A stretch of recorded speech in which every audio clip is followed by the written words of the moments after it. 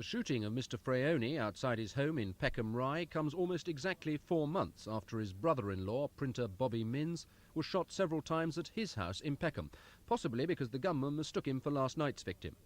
Back in early October, minicab driver Hilton Laporte, aged 31, was shot in the head as he sat behind the wheel of his Datsun, and his body later dumped outside a telephone box in Woolwich. Just 2 weeks after that came one of the most brutal incidents of all. Builder Charles Stimpson shot in the arm and leg outside his flat in Church Road, Crystal Palace. As he lay bleeding on the ground, his killer reloaded, pointed the shotgun at Mr. Stimpson's head and pulled the trigger a second time. 6 weeks later, murder number 3.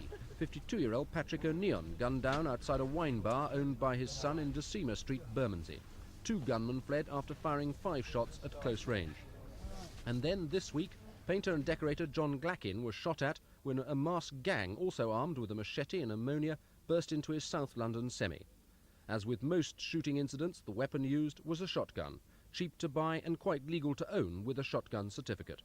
But now John Cartwright MP is to press the Home Secretary for far stricter shotgun controls, without which, he believes, Britain will go the way of the United States.